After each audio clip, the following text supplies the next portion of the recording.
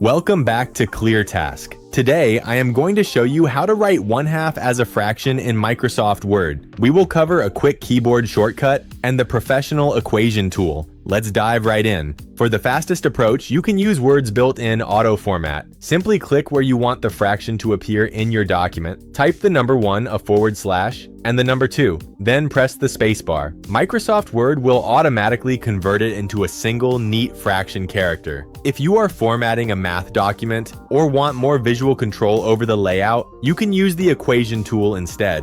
First, click on the Insert tab at the top of your screen. Next, look to the far right and click on Equation. Then select Insert New Equation.